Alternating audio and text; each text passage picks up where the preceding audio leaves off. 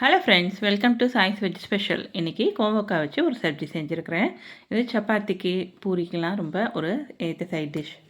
வாங்க எப்படி செய்யலான்னு பார்க்கலாம். கோவக்காய் ஒரு 300 கிராம் அளவுக்கு எடுத்துருக்கிறேன். தக்காளி 2, வெங்காயம் 2. கோவக்காவை நல்லா கழுவிக்கோங்க. இப்போ செய்ய ஆரம்பிச்சிடலாம். ஒரு பேன் அடுப்பில் வச்சுக்கோங்க. எண்ணெய் சேர்த்துக்கோங்க. அதில் கடுகு, உளுந்தம்பருப்பு தாளிச்சுக்கோங்க. கட் பண்ணி வச்சுருக்கிற பெரிய வெங்காயம் சேர்த்துக்கோங்க. வெங்காயம் வதங்கினதும் தக்காளி சேர்த்துக்கோங்க. இது ஒரு பக்கம் அடுப்பில் வதங்கிட்டு இருக்கட்டும். நம்ம அதுக்குள்ளார கோவக்காய் கட் பண்ணிடலாம். கோவக்காய் மேலேயும் கீழேயும் அந்த மாதிரி காம்பு இருக்கும், அதை கட் பண்ணிக்கோங்க. கட் பண்ணிவிட்டு நீல வாக்கில் கட் பண்ணிக்கோங்க.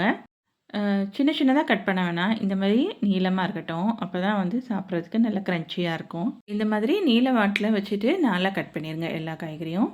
வெங்காயம் தக்காளி வதங்கினதும் அதில் தண்ணி சேர்த்துக்கலாம். ஒரு 3 கிளாஸ் அளவுக்கு தண்ணி சேர்த்துக்கலாம். காரத்துக்கு நான் 2 டீஸ்பூன் சாம்பார் பொடி தான் சேர்த்துருக்குறேன். கூடவே தேவையான அளவு உப்பு சேர்த்துக்கோங்க. 1/4 டீஸ்பூன் மஞ்சள் பொடியும் சேர்த்துக்கோங்க. எல்லாம் சேர்ந்து நல்லா கொதித்து வரட்டும். தக்காளி பழம் நல்லா வேகணும், அந்தளவுக்கு கொதிக்கட்டும். இப்போ இன்னொரு கடாயில் எண்ணெய் சேர்த்துக்கோங்க. நம்ம கட் பண்ணி வச்சுருக்கிற கோவக்காயை இதில் ஃப்ரை பண்ணிக்கலாம். மீடியம் ஃப்ளேம் வச்சுக்கோங்க. ஒரு 10 நிமிஷம் போல் நல்லா வதக்கி விடுங்க. வதங்கினதுக்கப்புறமா நம்ம இந்த தக்காளி கொதிச்சிருக்கு இல்லையா, அதோடு நம்ம இப்போ சேர்க்கணும்.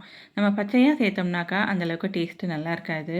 இந்தமாரி கோவக்காயை நல்லா ஃப்ரை பண்ணிவிட்டு எண்ணெயில் வதக்கி விட்டுட்டு அதுக்கப்புறமா சேர்த்துக்கோங்க. நல்லா டேஸ்ட்டாக இருக்கும்.